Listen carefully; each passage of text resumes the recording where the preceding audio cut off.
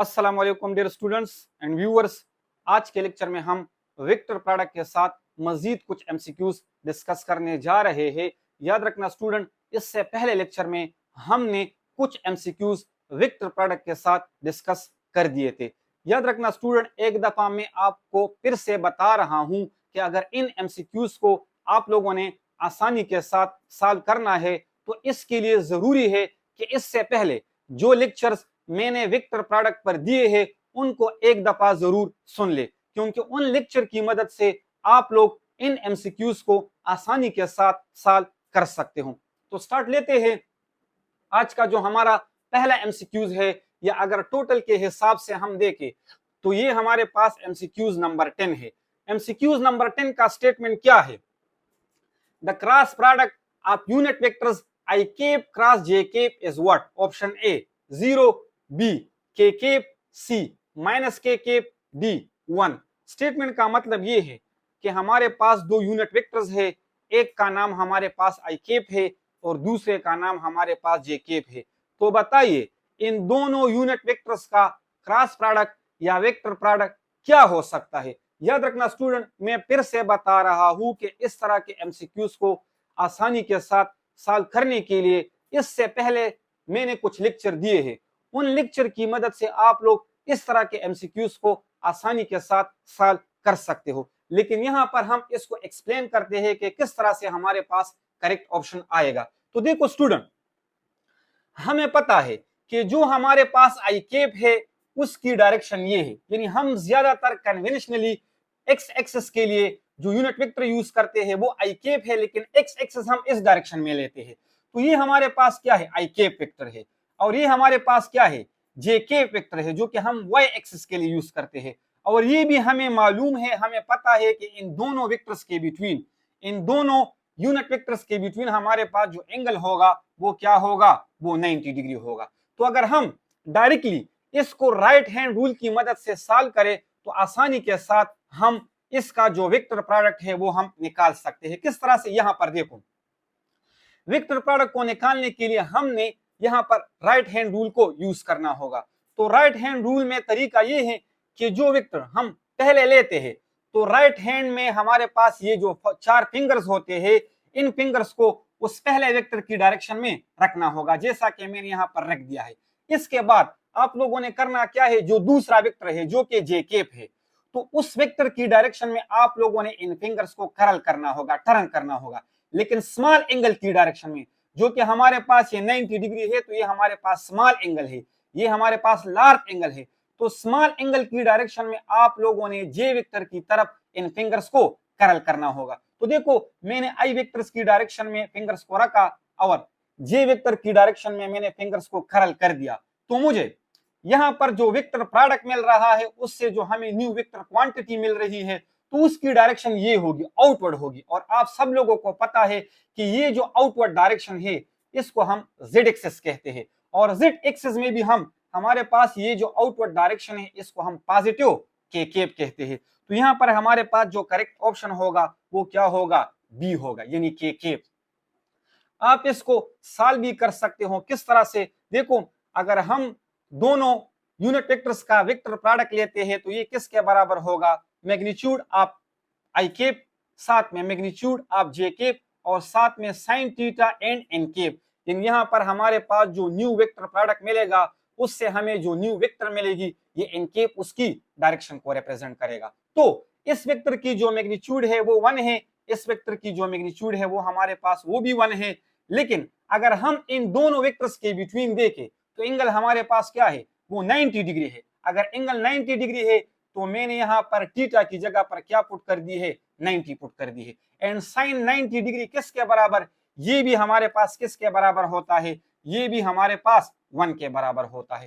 तो अगर 1 को हम 1 के साथ एंड 1 के साथ मल्टीप्लाई करें इससे हमें 1 ही मिलेगा, और उस 1 को अगर हम इनकेप के साथ मल्टीप्लाई करें तो इससे हमें इनकेप ही मिलेगा। अब इनकेप हमारे पास क्या है? ये एक यूनिट वेक्टर है जिसकी मैग्नीट्यूड हमारे पास 1 होगी, लेकिन ये इनकेप यहाँ पर किसके बराबर? जैसा कि मैंने आप लोगों को पहले ही बता दिया था कि आई केप की डायरेक्शन में आप लोगों ने फिंगर्स को रखना होगा एंड जे केप की डायरेक्शन में आप लोगों ने फिंगर्स को कर्ल करना होगा। तो ये जो तम है ये आपको वेक्टर प्रोडक्ट की डायरेक्शन देगी। तो हम यहाँ पर जो डायरेक्शन मिला वो आउटवर्ड मिला और उसको हम क्या कहते हैं, के केप कहते हैं। अच्छा, अब वो एमसीक्यूज को उल्टा भी कर सकते हैं। किस तरह से? अगर वो आप लोगों से कहें कि the cross product of unit vectors, और यहां पर उन्होंने क्या दिया हो, जे केप क्रॉस आई केप, यानी ऑर्डर को आगे पीछे करे, चेंज करे, तो फिर हमारे पास करेक्ट ऑप्शन क्या होगा? याद रखना स्टूडेंट, इस केस में हमारे पास जो करेक्ट ऑप्शन होगा वो माइनस के केप होगा। इस तरीके से आप लोग सॉल्व कर सकते हो, लेकिन डायरेक्शन को फाइंड करने के लिए तरीका क्या है? राइट हैंड रूल को ही हम यूज करेंगे। अब यहाँ पर हमारे पास जो पहला वेक्टर है वो जे केप है, तो इन चारों फिंगर्स की जो डायरेक्शन है वो जे केप की डायरेक्शन में आप लोगों ने रखना होगा, और इन फिंगर्स को आप लोगों ने आई केप की डायरेक्शन में करल करना होगा, लेकिन स्मॉल एंगल की डायरेक्शन में। तो देखो, मैंने जे केप की डायरेक्शन में फिंगर्स को रख दिया और आई केप की डायरेक्शन में मैंने फिंगर्स को करल कर दिया, तो मुझे जो न्यू वेक्टर क्वांटिटी की यानी वेक्टर प्रोडक्ट की जो डायरेक्शन मिल रही है वो इनवर्ड मिल रही है, और इनवर्ड हमारे पास क्या होता है? वो हमारे पास माइनस के केप होता है। तो इसका मतलब ये है कि अगर जे केप क्रॉस आई केप आ जाए तो फिर हमारे पास correct option minus K cap होगा। अगर आई केप क्रॉस जे केप आ जाए तो फिर हमारे पास जो करेक्ट ऑप्शन होगा वो के केप होगा। इस तरह से बाकी जो हमारे पास डिफरेंट यूनिट वेक्टर्स है उनके बारे में मैंने इससे पहले लेक्चर में डिटेल के साथ बताया था। तो स्टार्ट लेते हैं, अब एमसीक्यूज नंबर 11 को डिस्कस करते हैं। एमसीक्यूज नंबर 11 का स्टेटमेंट क्या है? Which of the following is not true for vector product? Statement का मतलब ये है कि नीचे गिवन में हमारे पास जो ऑप्शन है तो इसमें हमारे पास वेक्टर प्रोडक्ट के लिए कौन सा टिक नहीं है, तो उनको हमने ढूंढना है। ऑप्शन ए में हमारे पास क्या है? इट इज एंटी कम्यूटेटिव, तो ये तो हमारे पास टिक है, क्योंकि वेक्टर प्रोडक्ट या क्रॉस प्रोडक्ट हमारे पास क्या है? एंटी कम्यूटेटिव है। ऑप्शन बी में हमारे पास क्या है? इट फॉलोस डिस्ट्रीब्यूटिव लॉ, इसके बारे में भी मैंने आप लोग को बता दिया था, ये भी ठीक है, जो वेक्टर प्रोडक्ट है ये डिस्ट्रीब्यूटिव लॉ को ओबे करता है। ऑप्शन सी में हमारे पास क्या है? इट इज एसोसिएटिव, तो इसके बारे में भी मैंने आप लोगों को बता दिया था कि जो हमारे पास वेक्टर प्रोडक्ट है वो एसोसिएटिव नहीं है। ऑप्शन डी में हमारे पास क्या है? Its direction is given by right hand rule, तो ये भी हमारे पास ठीक है, क्योंकि हम वेक्टर प्रोडक्ट की डायरेक्शन को राइट हैंड रूल की मदद से मालूम करते हैं। तो इसमें हमारे पास जो करेक्ट ऑप्शन होगा वो कौन सा होगा? ऑप्शन सी, क्योंकि उन्होंने स्टेटमेंट में क्या कहा है? उन्होंने स्टेटमेंट में यही कहा है कि which of the following is not true for vector product, कि इनमें से कौन सा वेक्टर प्रोडक्ट के लिए ठीक नहीं है। तो ये भी ठीक है, ये भी ठीक है एंड ये भी ठीक है। इट इज एसोसिएटिव, तो ये ठीक नहीं है, क्योंकि वेक्टर प्रोडक्ट हमारे पास एसोसिएटिव नहीं है। उम्मीद करता हूं कि इसको आप लोग समझ चुके होंगे। इसके अलावा इस पर इस तरह के एमसीक्यूज भी आ सकते हैं कि which of the following is true. अगर नॉट को हटा दे, अगर नॉट को हटा दे तो वो आप लोगों से पूछ सकते हैं कि which of the following is true for vector product. तो ऑप्शन में ये भी हो सकता है, ये भी हो सकता है, साथ में अगर ये भी हो सी नंबर पर, तो डी में हमारे पास क्या होगा? ऑल ऑफ दीज, तो फिर इस केस में हमारे पास ऑल ऑफ दीज ठीक होंगे। या अगर ये दोनों गिवन में दिए हो और तीसरे नंबर पर हमारे पास ये हो, तो डी में फिर हमारे पास क्या होगा? बोथ ए एंड बी, तो फिर हमारे पास ये दोनों ठीक होंगे। उम्मीद करता हूं कि यहां तक आप लोग इसको समझ चुके होंगे। कहने का मतलब ये है कि इस पर काफी ज्यादा एमसीक्यूज आ सकते हैं, आप लोगों से इंडिविजुअली एंटी कम्यूटेटिव के बारे में भी पूछ सकता है। तो आपको पता होना चाहिए कि जो वेक्टर प्रोडक्ट है वो हमारे पास एंटी कम्यूटेटिव है, डिस्ट्रीब्यूटिव लॉ को भी ओबे करता है, इसकी डायरेक्शन को हम राइट हैंड रूल की मदद से मालूम करते हैं, लेकिन ये हमारे पास एसोसिएटिव नहीं है, साथ में ये हमारे पास कम्यूटेटिव भी नहीं है। तो इसके लिहाज से अब जितने भी एमसीक्यूज आ जाए तो उम्मीद करता हूं कि आप लोग अब उसको आसानी के साथ सॉल्व कर सकोगे। अब स्टार्ट लेते हैं, डिस्कस करते हैं एमसीक्यूज नंबर 12 को। एमसीक्यूज नंबर 12 का स्टेटमेंट क्या है? If a vector is crossed with itself the result is what? Same vector, zero vector, unit vector, none. Statement का मतलब ये है कि लेट सपोज हमारे पास एक वेक्टर है ए, अगर इस ए वेक्टर के साथ हम खुद दूसरे ए वेक्टर को मल्टीप्लाई करें यानी एक वेक्टर को हम खुद उसी के साथ मल्टीप्लाई करें तो उसका वेक्टर प्रोडक्ट या क्रॉस प्रोडक्ट क्या हो सकता है। याद रखना स्टूडेंट, इसका जो वेक्टर या क्रॉस प्रोडक्ट हमें मिलेगा वो हमें नल वेक्टर या जीरो वेक्टर मिलेगा, क्योंकि अगर सिर्फ की बात यहां पर की जाए तो इसका मतलब ये है कि दो ऐसे वेक्टर है जिनकी डायरेक्शन हमारे पास क्या है, सेम है। मिसाल के तौर पर ये मेरे पास क्या है, ए वेक्टर है और इसी ए वेक्टर के साथ मैंने ए वेक्टर को ही मल्टीप्लाई करना है, तो ये भी हमारे पास ए वेक्टर बन जाएगा। इन दोनों की डायरेक्शन क्या है, सेम। अगर डायरेक्शन सेम तो इन दोनों के बिटवीन जो एंगल होगा वो 0 डिग्री होगा। तो आप लोगों ने किसको देखना होगा, आप लोगों ने साइन थीटा को ही देखना होगा। मैं इससे पहले भी बता चुका हूं कि ऐसे कंडीशन में आप लोगों ने साइन थीटा को ही देखना होगा, क्योंकि हमारे पास जो वेक्टर प्रोडक्ट है वो साइन थीटा का ही फंक्शन है। तो अगर हम साइन थीटा को देखें तो साइन थीटा यहां पर अगर सेम वेक्टर है तो एंगल 0, तो साइन थीटा से हमें क्या मिलेगा, ये एंगल अब हमारे पास 0 डिग्री है और साइन 0 हमारे पास किसके बराबर, वो 0 के बराबर। तो इसका मतलब ये हुआ कि एज अ होल हमें जो प्रोडक्ट मिलेगा वो 0 मिलेगा, लेकिन ये हमारे पास क्या है, वेक्टर प्रोडक्ट है। अगर 0 भी मिल रहा है तो रिजल्ट में हमें एक वेक्टर ही मिलेगा, लेकिन एक ऐसा वेक्टर जिसकी मैग्नीट्यूड हमारे पास 0 हो और डायरेक्शन आर्बिट्ररी हो, तो इस तरह के वेक्टर को हम क्या कहते हैं, नल वेक्टर या जीरो वेक्टर कहते हैं। तो इस केस में हमारे पास जो करेक्ट ऑप्शन होगा वो क्या होगा, वो जीरो वेक्टर होगा।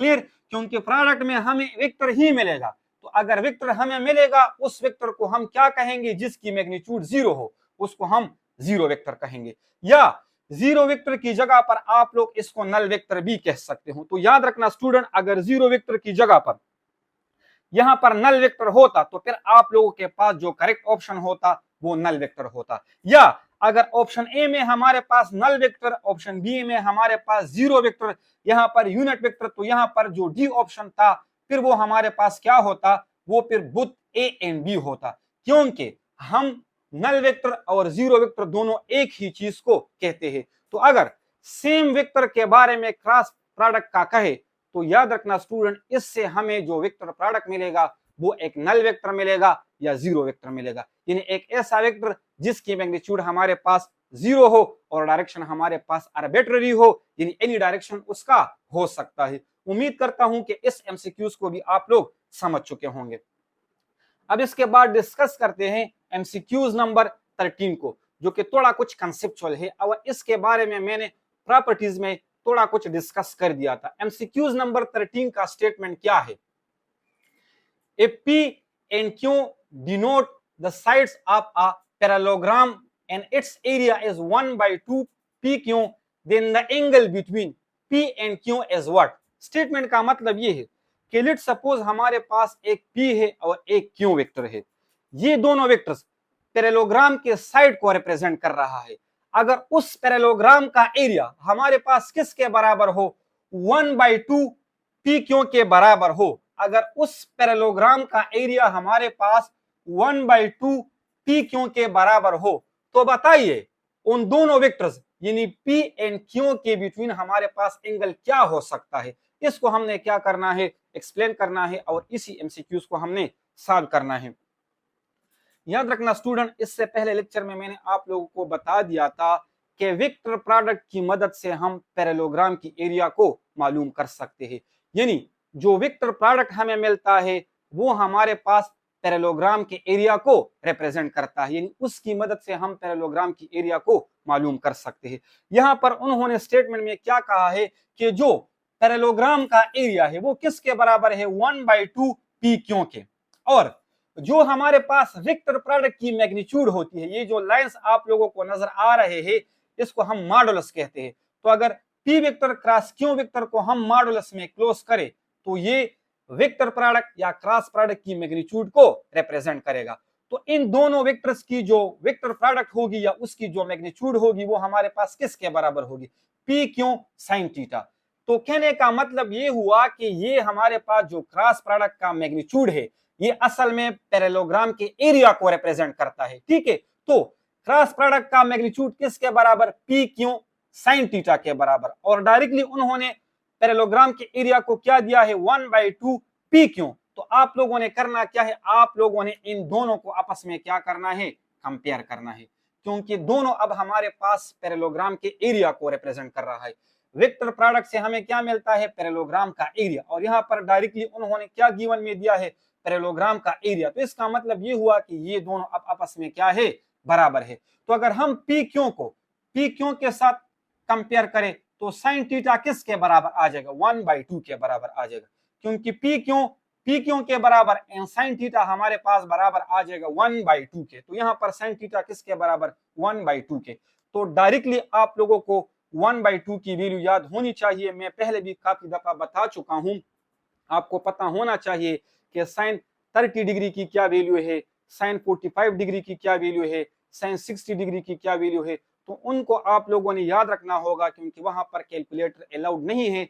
तो तब आगे जाके आप इस तरह के एमसीक्यूज को सॉल्व कर सकते हो। तो अगर यहाँ पर उन्होंने 1/2 गिवन में दिया हो तो हमें डायरेक्टली पता होना चाहिए कि जो साइन 30 डिग्री है वो हमारे पास बराबर होता है 1/2 के। इसीलिए आप लोग डायरेक्ट भी यहां से अंदाजा लगा सकते हो कि अगर साइन थीटा 1/2 के बराबर आ चुका है तो इस केस में हमारे पास जो एंगल होगा इन दोनों वेक्टर्स के बिटवीन वो किसके बराबर होगा, वो 30 डिग्री के बराबर होगा। यानी हमारे पास जो करेक्ट ऑप्शन होगा वो 30 डिग्री होगा। आप इस तरह से भी सॉल्व कर सकते हो, लेकिन वहां पर चूंकि कैलकुलेटर अलाउड नहीं है, आप लोगों ने याद रखना होगा किस तरह से कि जो साइन 30 है, जो साइन 30 डिग्री है हमारे पास बराबर होता है 1/2 के। अब इस पर और किस तरह के एमसीक्यूज आ सकते हैं, वो सिर्फ और सिर्फ एंगल को चेंज कर सकते हैं, ठीक है, नहीं सॉरी, वो सिर्फ और सिर्फ वैल्यू को चेंज कर सकते हैं। यहां पर वो 1/2 की जगह पर क्या दे सकता है, 1/√2। तो आपको पता होना चाहिए कि अगर यहां पर हमारे पास 1/√2 आ गया तो डायरेक्टली आपको पता होना चाहिए कि इस केस में हमारे पास जो साइन थीटा होगा वो किसके बराबर होगा, फिर वो हमारे पास बराबर होगा 1/√2। और 1/√2 साइन थीटा के किसके बराबर होती है, वो 45 डिग्री के बराबर होती है। यानी साइन 45 डिग्री के हमारे पास जो वैल्यू है वो 1/√2 है। तो इस कंडीशन में हमारे पास जो करेक्ट ऑप्शन होगा वो फिर 45 डिग्री होगा।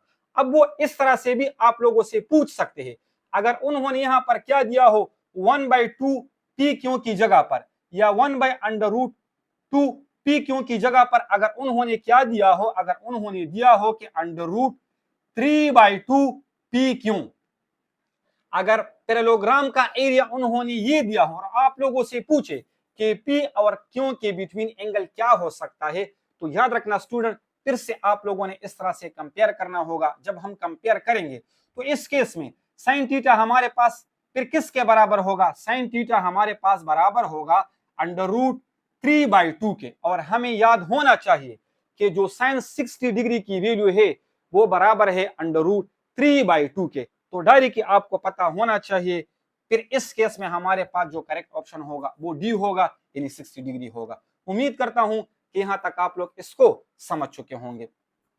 अगर उन्होंने यहां पर सिर्फ पी क्यों ही दिया हो तो फिर आपको डायरेक्टली पता होना चाहिए कि वो जो एरिया होगा वो किसके बराबर होगा, यानी वहां पर एंगल हमारे पास क्या होगा, क्योंकि sine theta is equal to 1, वो किसके बराबर होता है, वो 90 डिग्री के बराबर होता है। तो अगर यहाँ पर उन्होंने 1 दिया हो, इसका मतलब ये कि साइन थीटा 1 के बराबर, अगर साइन थीटा 1 को हम देखें तो साइन 90 डिग्री हमें जो वैल्यू देती है वो 1 के बराबर होती है। उम्मीद करता हूं कि इस एमसीक्यूज को आप लोग समझ चुके होंगे। इसके अलावा इसके साथ और जितने भी एमसीक्यूज आएंगे तो उसको अब आप लोग आसानी के साथ इंशाल्लाह सॉल्व कर सकोगे। अब डिस्कस करते हैं एमसीक्यूज नंबर 14 को। एमसीक्यूज नंबर 14 का स्टेटमेंट क्या है, two vectors of magnitude 2 units and 3 units have the same direction, their vector product is what. इस चीज का ख्याल आप लोगों ने रखना होगा। जब भी डायरेक्शन के बारे में स्टेटमेंट में बताया गया हो तो फिर आप लोगों ने इस तरह के एमसीक्यूज को सिर्फ और सिर्फ साइन थीटा की मदद से सॉल्व करना होगा।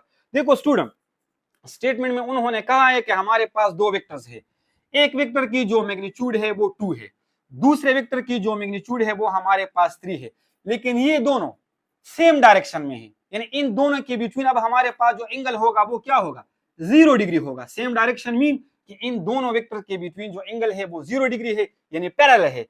तो बताइए इन दोनों का वेक्टर प्रोडक्ट क्या हो सकता है। Option A, a null vector, a unit vector, 9 units in the given direction, option D 6 units in the given direction. तो इसका मतलब क्या है कि दो वेक्टर्स जिनकी मैग्नीट्यूड हमारे पास 3 यूनिट्स एंड 2 यूनिट्स है, दोनों हमारे पास सेम डायरेक्शन में है, तो बताइए इन दोनों का क्रॉस प्रोडक्ट किसके बराबर होगा। याद रखना स्टूडेंट, यहाँ पर हमारे पास जो करेक्ट ऑप्शन होगा वो नल वेक्टर होगा, क्योंकि इससे पहले भी मैंने आप लोगों को डिस्कस किया कि जब भी सेम यूनिट वेक्टर या 0 डिग्री एंगल के बारे में कहें तो इस दौरान आप लोग को डायरेक्ट पता होना चाहिए, क्योंकि साइन 0 हमें जो वैल्यू देता है वो 0 ही देता है।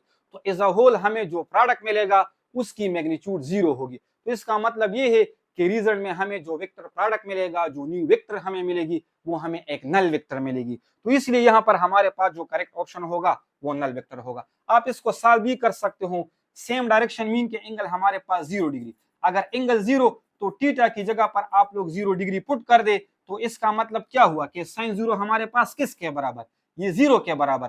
तो एज अ होल जो प्रोडक्ट हमें मिलेगा वो हमें क्या मिलेगा, एक ऐसा वेक्टर मिलेगा जिसकी मैग्नीट्यूड 0 एंड डायरेक्शन आर्बिट्ररी, और उसको हम क्या कहते हैं, नल वेक्टर या 0 वेक्टर। लेकिन इस केस में हमारे पास जो करेक्ट ऑप्शन होगा वो क्या होगा, नल वेक्टर। आप सॉल्व भी कर सकते हो। मिसाल के तौर पर एक वेक्टर्स का नाम मैंने ए रखा और दूसरे का नाम मैंने बी रखा, जिसकी मैग्नीट्यूड हमारे पास क्या है, 2 एंड 3 है।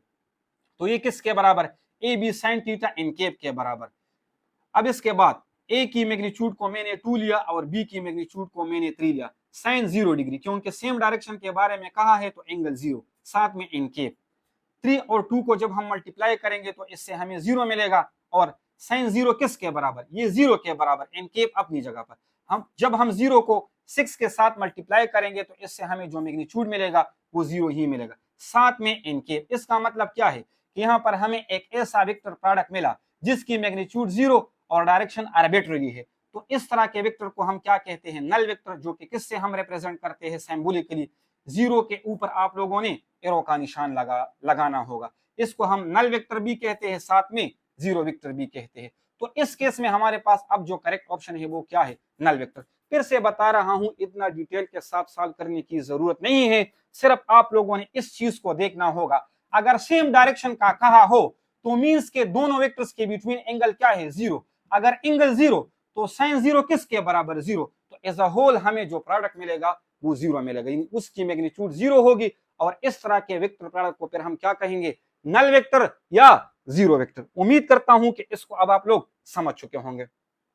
वो स्टेटमेंट को आगे पीछे कर सकता है। बहुत ज्यादा एमसीक्यूज में से आप लोगों को जो मैग्नीट्यूड है वो चेंज कर सकते हैं, लेकिन अगर बात ये की हो स्टेटमेंट के अंदर, धैर्य की आपको पता होना चाहिए कि इससे हमें रिजल्ट में नल वेक्टर ही मिलेगा या 0 वेक्टर ही मिलेगा। अगर दोनों ऑप्शन हो, नल वेक्टर के साथ यहाँ पर 0 वेक्टर भी हो, तो फिर यहाँ पर हमारे पास बोथ ए एंड बी का भी ऑप्शन होगा, तो फिर दोनों ठीक होंगे। अब डिस्कस करते हैं एमसीक्यूज नंबर 15 को। एमसीक्यूज नंबर 15 का स्टेटमेंट क्या है, ये एक अलग टाइप्स है वेक्टर प्रोडक्ट के एमसीक्यूज का। अगर दो वेक्टर्स को उन्होंने कंपोनेंट्स के फॉर्म में दिया हो, जैसा कि एक हमारे पास फोर्स है, फोर्स की उन्होंने कंपोनेंट्स गिवन में दिए हैं, एक एक्स कंपोनेंट दिया है, दूसरा वाई कंपोनेंट एंड तीसरा जेड कंपोनेंट। इसके साथ साथ जो हमारे पास क्या है, मोमेंट आर्म है, उसको भी उन्होंने कंपोनेंट्स के फॉर्म में दिया है। तो इसका जो एक्स कंपोनेंट है वो ये है, वाई कंपोनेंट ये है एंड जेड कंपोनेंट ये है, यानी दोनों वेक्टर्स को इन्होंने कंपोनेंट्स के फॉर्म में दिया है। तो बताइए इससे हम वेक्टर प्रोडक्ट को किस तरह से निकालेंगे। और जाहिर बात है, जब हम मोमेंट आर्म एंड फोर्स का वेक्टर प्रोडक्ट लेते हैं, क्रॉस प्रोडक्ट लेते हैं, तो इससे हमें टार्क ही मिलता है। तो हमने उस टार्क को कंपोनेंट्स के फॉर्म में निकालना है। तो इस तरह के एमसीक्यूज को हम किस तरह से सॉल्व करेंगे। याद रखना स्टूडेंट, ये जो एमसीक्यूज है ये ज्यादातर आप लोगों के सिलेबस के साथ रिलेटेड नहीं है, यानी मुश्किल है कि इससे एमसीक्यूज आ जाए, लेकिन फिर भी आप लोगों को पता होना चाहिए कि जब दो वेक्टर्स को उन्होंने कंपोनेंट्स के फॉर्म में दिया हो तो किस तरह से हम उसका वेक्टर प्रोडक्ट निकाल सकते हैं। तो देखो स्टूडेंट, ऑप्शन ए में हमारे पास ये है, बी में ये है, सी में ये है एंड डी में ये है। हम इसको किस तरह से सॉल्व करेंगे। सॉल्यूशन में मैंने क्या लिखा है, ए क्रॉस बी। मिसाल के तौर पर यहाँ पर हमारे पास मैंने इसको ए वेक्टर का नाम दिया, ये जो आर है, और इसको मैंने क्या कहा, बी वेक्टर। ठीक है, तो इस फार्मूले को हमने इससे पहले लेक्चर में डिटेल के साथ एक्सप्लेन किया था और मैंने आप लोगों को बता दिया था कि इसको आप लोगों ने याद रखना होगा। इसी फार्मूले की मदद से आप लोग कंपोनेंट्स के फॉर्म में जिन दो वेक्टर्स को दिया हो उनका वेक्टर या क्रॉस प्रोडक्ट निकाल सकते हो। तो ये फार्मूला किसके बराबर, ए वाई बी जेड माइनस ए जेड बी वाई आई कैप। याद करने के लिए मैंने तरीका भी समझाया था कि किस तरीके से आप लोग याद रखोगे। सिर्फ इस फार्मूले को आप लोगों ने याद रखना होगा। इसी फार्मूले में आप लोगों ने वैल्यू को पुट करना होगा। तो टार्क किसके बराबर, the cross product of moment arm and force. यहां पर ए की जगह पर क्या जाएगा, आर आ जाएगा, और साथ में एफ की जगह पर हमारे पास बी आ जाएगा। यानी कंपेयर करेंगे हम इस इक्वेशन को। तो अगर हम देखें ए का y कंपोनेंट किसके बराबर है, ए का y कंपोनेंट हमारे पास बराबर है 3 के, तो मैंने यहाँ पर 3 पुट कर दी है। अगर हम देखें b का, यानी b हमारे पास अब यहाँ पर कौन सा वेक्टर है, फोर्स है, तो फोर्स का y कंपोनेंट अब सॉरी z कंपोनेंट हमारे पास कौन सा है, फोर्स का जो z कंपोनेंट है वो किसके बराबर है, वो हमारे पास 5 के बराबर है। तो इसीलिए मैंने यहाँ पर 5 लिखा है, माइनस अपनी जगह पर। अब r का यानी वेक्टर a का हमारे पास जो z कंपोनेंट है वो किसके बराबर है, वो के कैप के। यहाँ पर हमारे पास जो मैग्नीट्यूड होगा वो 1 होगा। इसके साथ साथ अगर हम b का यानी फोर्स के y कंपोनेंट को देखें तो इसका भी जो मैग्नीट्यूड है वो क्या है, 1 है। इसीलिए मैंने यहाँ पर 1 लिखा, साथ में आई कैप अपनी जगह पर, माइनस b अपनी जगह पर। अब हम ए वेक्टर का यानी आर वेक्टर का हम एक्स कंपोनेंट देंगे तो वो किसके बराबर है, वो 7 के बराबर है। तो मैंने यहाँ पर 7 लिखा है। और बी वेक्टर का यानी फोर्स का जो जेड कंपोनेंट है वो किसके बराबर है, वो 5 के बराबर है। तो यहाँ पर मैंने इसकी जगह पर 5 लिखा, माइनस अपनी जगह पर। अब ए वेक्टर का यानी आर वेक्टर का जो जेड कंपोनेंट है वो किसके बराबर है, वो 1 के बराबर है। तो यहाँ पर मैंने 1 पुट कर दिया है, मल्टीप्लाई बी वेक्टर का यानी फोर्स वेक्टर का जो हमारे पास एक्स कंपोनेंट है वो किसके बराबर है, वो -3 के बराबर है। तो इसीलिए मैंने यहाँ पर -3 पुट कर दी, और जे कैप अपनी जगह पर, प्लस मैंने यहाँ पर प्लस लिखा है। अब ए वेक्टर का यानी आर वेक्टर का हमारे पास एक्स कंपोनेंट किसके बराबर है, वो 7 के बराबर है। सॉरी, वो हमारे पास इसका जो एक्स कंपोनेंट है वो किसके बराबर है, वो हमारे पास 7 के बराबर है, यहां पर है। तो देखो मैंने क्या किया है, मैंने यहाँ पर आर वेक्टर का ए वेक्टर का जो एक्स कंपोनेंट है उसकी वैल्यू यहाँ पर पुट कर दी है, और आर वेक्टर की एक्स कंपोनेंट की जो वैल्यू है वो हमारे पास क्या है, वो 7 है। इसके साथ साथ हमने करना क्या है, दूसरे वेक्टर का यानी फोर्स वेक्टर का हमने y कंपोनेंट लेना होगा। तो वो किसके बराबर है, वो हमारे पास 1 के बराबर है। तो यहाँ पर मैंने 1 पुट कर दिया है, माइनस अपनी जगह पर। इसके बाद ए वेक्टर का यानी आर वेक्टर का जो y कंपोनेंट है उसकी मैग्नीट्यूड क्या है, वो हमारे पास क्या है, 3। तो मैंने यहाँ पर इसकी जगह पर 3 पुट कर दी है। इसके साथ साथ दूसरे वेक्टर का यानी फोर्स का जो एक्स कंपोनेंट है उसकी मैग्नीट्यूड क्या है, वो हमारे पास -3 है। तो मैंने यहाँ पर -3 पुट कर दी है, के कैप अपनी जगह पर। अब अगर हम 3 को 5 के साथ मल्टीप्लाई करेंगे तो इससे हमें क्या मिलेगा, 15 मिलेगा, और इससे हमें 1 मिलेगा। 15 से अगर हम 1 को माइनस करेंगे तो इससे हमें 14 मिलेगा, आई कैप को मल्टीप्लाई करोगे। इसके साथ साथ माइनस अपनी जगह पर, जब हम 7 को 5 के साथ मल्टीप्लाई करेंगे इससे हमें 35 मिलेगा, और जब हम -1 को -3 के साथ मल्टीप्लाई करेंगे तो इससे हमें +3 मिलेगा। तो 35 के साथ जब हम 3 को प्लस करेंगे इससे हमें क्या मिलेगा, 38 मिलेगा, और जे कैप को साथ में मल्टीप्लाई करना होगा, प्लस। अब इसके बाद फिर से हमने क्या लिखा है, प्लस लिखा है, जो कि यहां से आया है। अब हम इसको मल्टीप्लाई करेंगे, जब 7 को हम 1 के साथ मल्टीप्लाई करेंगे इससे हमें 7 मिलेगा, और जब -3 को -3 के साथ मल्टीप्लाई करेंगे तो इससे हमें +9 मिलेगा। तो +9 को जब हम 7 के साथ प्लस करेंगे इससे हमें 16 मिलेगा, और साथ में के को मल्टीप्लाई करोगे तो इससे हमारे पास जो आंसर मिला वो किसके बराबर आया, 14 आई कैप -38 जे कैप प्लस 16 के कैप। तो इसमें हमारे पास जो करेक्ट ऑप्शन है वो क्या है, ऑप्शन डी। उम्मीद करता हूं कि आप इस एमसीक्यूज को समझ चुके होंगे। थोड़ा लेंथी था लेकिन मुश्किल नहीं है, एक दफा जब बंदा प्रैक्टिस करे और इस फार्मूले को एक दफा याद रखे तो फिर आसानी के साथ इस तरह के एमसीक्यूज को हम सॉल्व कर सकते हैं। मैंने पहले भी आप लोगों को बता दिया कि इस तरह के एमसीक्यूज आप लोगों के सिलेबस में यानी टेस्ट में बहुत कम आते हैं, लेकिन फिर भी बाज़ औक़ात इस तरह के एमसीक्यूज लेके आते हैं ताकि आप लोग अच्छे मार्क्स ले सके और टॉप पोजीशन में चले जाए। तो आपको पता होना चाहिए कि जब दो वेक्टर्स को कंपोनेंट्स के फॉर्म में दिया हो और उसका अगर हमने वेक्टर या क्रॉस प्रोडक्ट निकालना हो तो उसके लिए तरीका ये है। इसी तरीके की मदद से आप लोग किसी भी कंपोनेंट्स को आपस में मल्टीप्लाई करके उसका वेक्टर प्रोडक्ट निकाल सकते हो। अब इसके बाद डिस्कस करते हैं एमसीक्यूज नंबर 16 को। For vectors A and B if A dot B is equal to A cross B, यानी हमारे पास दो वेक्टर्स है, एक का नाम उन्होंने ए रखा है और दूसरे का नाम उन्होंने बी रखा है। अगर डॉट प्रोडक्ट का स्केलर प्रोडक्ट की जो मैग्नीट्यूड है अगर वो क्रॉस प्रोडक्ट की मैग्नीट्यूड यानी वेक्टर प्रोडक्ट की मैग्नीट्यूड के बराबर हो तो इन दोनों वेक्टर्स के बिटवीन एंगल क्या हो सकता है। बहुत ज्यादा रिपीट होने वाला एमसीक्यूज है। एमसीक्यूज के स्टेटमेंट का मतलब ये है कि हमारे पास दो वेक्टर्स है, एक का नाम हमने ए रखा और दूसरे का नाम हमने बी रखा।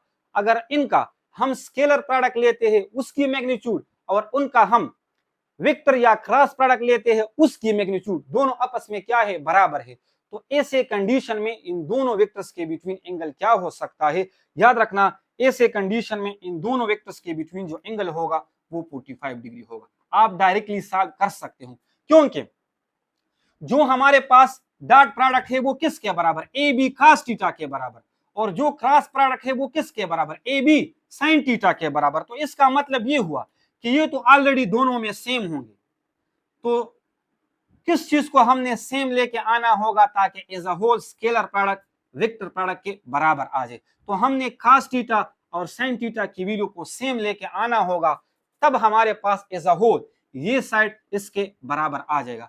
तो याद रखना स्टूडेंट, हमें पता है cos 45 से हमें जो वैल्यू मिलती है वो हमारे पास बराबर होती है 1 डिवाइडेड बाय √2 एंड sin 45 से भी हमें जो वैल्यू मिलती है वो भी हमारे पास 1 डिवाइडेड बाय √2, यानी cos theta and sin theta 45 degree angle पर दोनों हमें सेम वैल्यूज देती है। तो इसीलिए हमारे पास जो करेक्ट ऑप्शन होगा वो क्या होगा, 45 डिग्री होगा।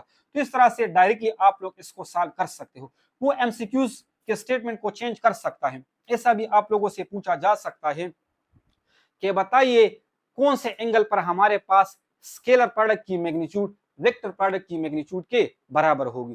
तो याद रखना स्टूडेंट, वो एंगल हमारे पास 45 डिग्री होगा। मैं फिर से बता रहा हूं क्योंकि cos 45 degree and sin 45 degree से हमें सेम वैल्यू मिलती है। अगर हमें सेम वैल्यू मिलती है तो ये दोनों तो ऑलरेडी सेम है, तो एज अ होल हमारे पास दोनों साइड आपस में क्या हो जाएंगे, बराबर हो जाएंगे। आप इसको यहां से सॉल्व भी कर सकते हो जैसा कि मैंने कर दिया है। ए डॉट बी ये किसके बराबर, ए बी cos थीटा के बराबर, इसकी मैग्नीट्यूड इसके बराबर, और क्रॉस प्रोडक्ट की जो मैग्नीट्यूड है वो ए बी sin थीटा के बराबर। अगर बोथ साइड हम ए बी को डिवाइड करें तो ये दोनों यहां से क्या हो जाएंगे, ये कैंसिल हो जाएंगे। हमारे पास क्या रह जाएगा, sin theta and cos theta. अब अगर हम cos थीटा को बोथ साइड डिवाइड करें तो यहाँ पर हमारे पास 1 रह जाएगा और ये cos थीटा sin थीटा की नीचे आ जाएगी, sin theta divided by cos theta is equal to 1। sin theta divided by cos theta किसके बराबर, टेंजेंट थीटा के। अगर हम टेंजेंट को बोथ साइड यानी उस साइड लेके जाए तो theta is equal to tangent inverse 1 and tangent inverse 1 किसके बराबर, 45 डिग्री के बराबर। याद रखना स्टूडेंट, आपको पता होना चाहिए, मैं बार बार बता रहा हूं, sin थीटा की वैल्यू cos थीटा की वैल्यू साथ में टेंजेंट थीटा की वैल्यू आप लोगों ने याद रखनी होगी, तब इस तरह के एमसीक्यूज को आप लोग सॉल्व कर सकते हो। यानी टेंजेंट थीटा 1 का मतलब ये है कि यहाँ पर हमारे पास जो एंगल होगा वो 45 डिग्री होगा, और आप लोग डायरेक्ट भी इसको सॉल्व कर सकते हो। बहुत ही ज्यादा रिपीट होने वाला एमसीक्यूज है, वो स्टेटमेंट को आगे पीछे कर सकते हैं, स्टेटमेंट की जो बातें हैं उसको चेंज कर सकते हैं, लेकिन मतलब यही हो सकता है। ठीक है, इंशाल्लाह उम्मीद करता हूं कि इस लेक्चर की मदद से और इससे पहले जो लेक्चर मैंने एमसीक्यूज पर दिया था उस लेक्चर की मदद से आप लोग वेक्टर प्रोडक्ट के साथ जितने भी रिलेटेड एमसीक्यूज है उसको अब आप लोग आसानी के साथ सॉल्व कर सकोगे। इंशाल्लाह मिलते हैं नेक्स्ट वीडियो में।